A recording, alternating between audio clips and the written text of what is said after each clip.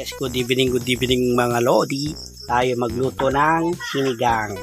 Okay, una, lagyan natin siya ng sinigang na kwanto galonggo. Lagyan natin yung kamatis sa baba. Yun. Para may decoration.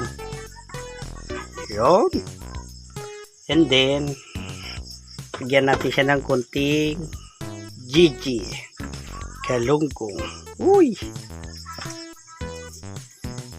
Yan.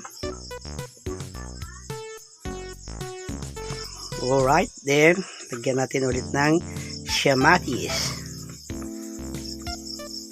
Mamaya na yung sili mga lods para kasi baka maanghang. Bawal sa mga bata.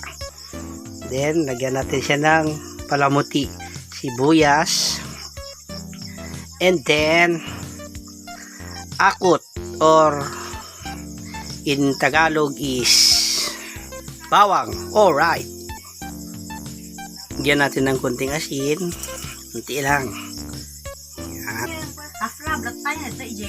And then konting betsin. Lagyan natin siya ng suka mga lods. Ay, ng paminta pala. Paminta. And then suka.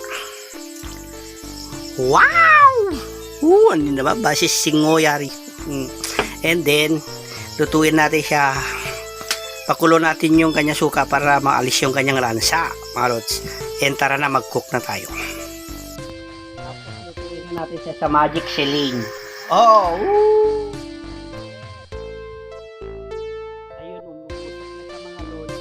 Ngayon, atin mo na siya sa pan. Hanggang sa masikip niya yung suka at matanggal yung lansa. Wow! Kumukulo na yan, nanuot na yung suka mga lods. Yan ang hinihintay natin. Wow! Ang sarap. Yun o. Wow, umuusok pa mga lods. Alright. Wow, yummy. Alright.